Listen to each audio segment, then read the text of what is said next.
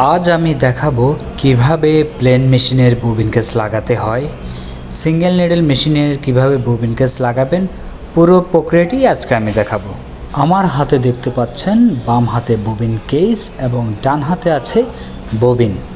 এখন আমরা ববিন কেসের মধ্যে ববিনটাকে ভরবো।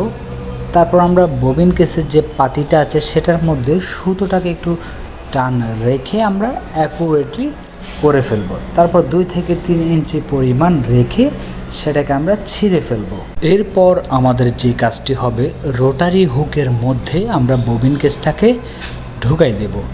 এখানে দেখতে পারবেন যে একটা গ্যাপ আছে, সেই গ্যাপ অনুযায়ী আপনার ববিন কেসের যে গ্যাপ আছে এই যে দেখতে পাচ্ছেন, সেটাকে সমান রেখে আমরা আগে ববিন কেসটাকে লাগাবো।